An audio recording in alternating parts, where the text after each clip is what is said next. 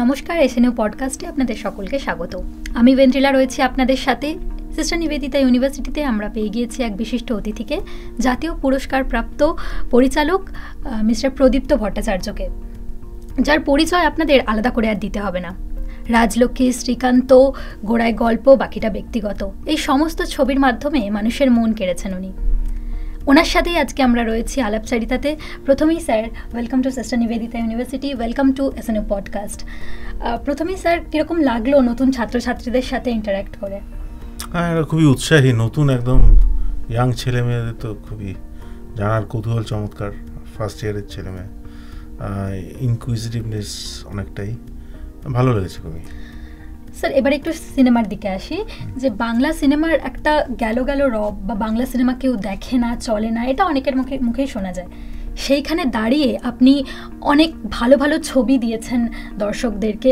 এটার অনুপ্রেরণা আপনি কোথা থেকে পান? অনুপ্রেরণায় বাংলার দর্শকের কাছ থেকেই পেতে হয়, কোথা থেকে আর পাবো, নিজের কাছ থেকে পেতে হয়।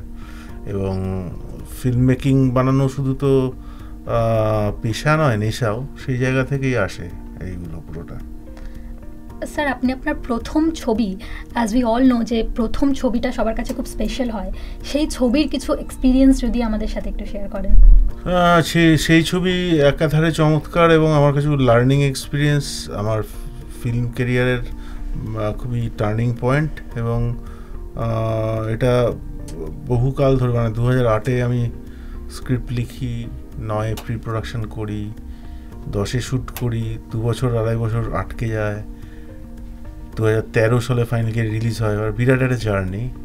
তারপর ছবিটা যে কোনো কারণে হোক হলে রিলিজ করার পরও চলতে দেওয়া হয় না। আমি প্রজেক্টটা নিয়ে গোটা ওয়েস্ট বেঙ্গলে ঘুরে সিনেমাটা দেখাই, তারপর যাই হোক অ্যাওয়ার্ড পাই ইত্যাদি। অনেকেরই এখন সেই সিনেমা খুবই পছন্দের। এই স্যার, সিনেমার ক্যানভাসটা খুবই বড়। আপনার এই সিনেমা জগতে আসাটা কিভাবে, মানে যখন আমাদের মতো ছাত্র ছিলেন, বা আপনার এই ছাত্র জীবনে আপনি সিনেমাটাকে কিভাবে দেখতেন? আমি আসলে ছোটোবেলা থেকেই ফিল্মের খুবই অনুরাগী। ছোটোবেলা মানে একেবারেই ছোটোবেলার থেকে প্রচুর ফিল্ম দেখতাম, মানে সেই দেখা থেকেই। এবং আমি যেহেতু এসেছি নদিয়া, মুর্শিদাবাদ, দু জায়গা থেকেই অ্যাকচুয়ালি আমার কানেকশন, ওখান থেকে এসেছি। আমার বাবা মা, বাড়ির সমস্ত লোক অত্যন্ত সিনেমা অনুরাগী। এবং আমার এক পিসো দাদাও সে সিনেমায় যুক্ত। সমস্ত কিছুর ফলে আমার ওইটা সমস্যা হয়নি যে কলকাতায় এসে আমি দেখলাম যে ফিল্ম ইনস্টিটিউটস আছে, পুনেতে আছে, SRFT আছে। আমি যখন হয়ে গেলাম রূপকলা কেন্দ্র বলে একটা ইনস্টিটিউট, এখন খুবই চমৎকার, তখনও খুবই ভালো ছিল। এবং আমরা প্রথম ব্যাচ, তো পড়াশুনো শুরু করলাম, ফাইনালি হলো। স্যার, ইন্ডিপেন্ডেন্ট ফিল্ম মেকার যারা ছাত্রছাত্রীরা অনেক সময় বিভিন্ন ধরনের ছবি চেষ্টা করে তৈরি করার, অর্থনৈতিক কারণে সেই সব ছবি ওরা মানে ইচ্ছে থাকলেও অনেক সময় আসতে পারে না এই সিনেমার জগতে, তাদের উদ্দেশ্যে আপনি কি বলতে চান? এবং আপনি কি মনে করেন যে কোনো প্রোডাকশন হাউসে কাজ করা নাকি কোনো ইন্ডিভিজুয়াল ফিল্ম মেকার, আপনি কোনটাকে বেশি প্রাধান্য দিতেন? দেখো, একটাই জিনিস আমি বলবো, ফিল্ম বানাতে চাও না ফিল্ম মেকার হতে চাও, এটা আমি জিজ্ঞেস করবো সবাইকেই। ফিল্ম মেকার হওয়ার মধ্যে একটা গ্ল্যামার থাকবে, টাকা পয়সা থাকবে, অনেক কিছুর হাতছানি থাকবে, এটা হতে চাইলে এক ধরনের। আর যে তুমি যে ধরনের কথা বলছো, ফিল্ম যেটা আমি পছন্দ করি, এটা আমার এক্সপ্রেশন, সেইটা যারা বানাতে চান তাদেরকে বছরের পর বছর স্ট্রাগল বলে একটা বিষয় আছে। প্যাশন থাকতে হবে, ডেডিকেশন থাকতে হবে, ডিসিপ্লিন থাকতে হবে, এবং ডিটারমাইন্ড হতে হবে যে না, আমি বানাবোই একদিন না একদিন। পড়ে মাটি কামড়ে পড়ে থাকতে হবে, না হবে না। স্যার, স্টুডেন্টদের জার্নালিজম, মাস কমিউনিকেশন পড়ে কী কী স্কিলস ডেভেলপ করা উচিত এই ফিল্ম মেকিংয়ের জন্য, বা সে যদি সিনেমার জগতে যেতে চায়? সব থেকে বেশি ইম্পর্টেন্ট হচ্ছে অবজারভেশন স্কিল, এবং সেটা ধরে রাখা। এবং ফাইনালি গিয়ে আমাদের বাংলা ফিল্মের যেটা অসুবিধে, অরিজিনাল গল্প এবং তার স্ক্রিপ্ট লেখা, এইটা যদি যারা সিনেমায় আসবেন তাদেরকে আমি বলবো এইটা আগে ভালো করে ডেভেলপ করো, অবজারভেশন করো, সেখান থেকে গল্প আসে। একটা মানুষের জীবনে 100টা গল্প। আমাদের বাংলা ফিল্মের অসুবিধা হচ্ছে আমরা সিনেমা দেখে সিনেমা বানাই।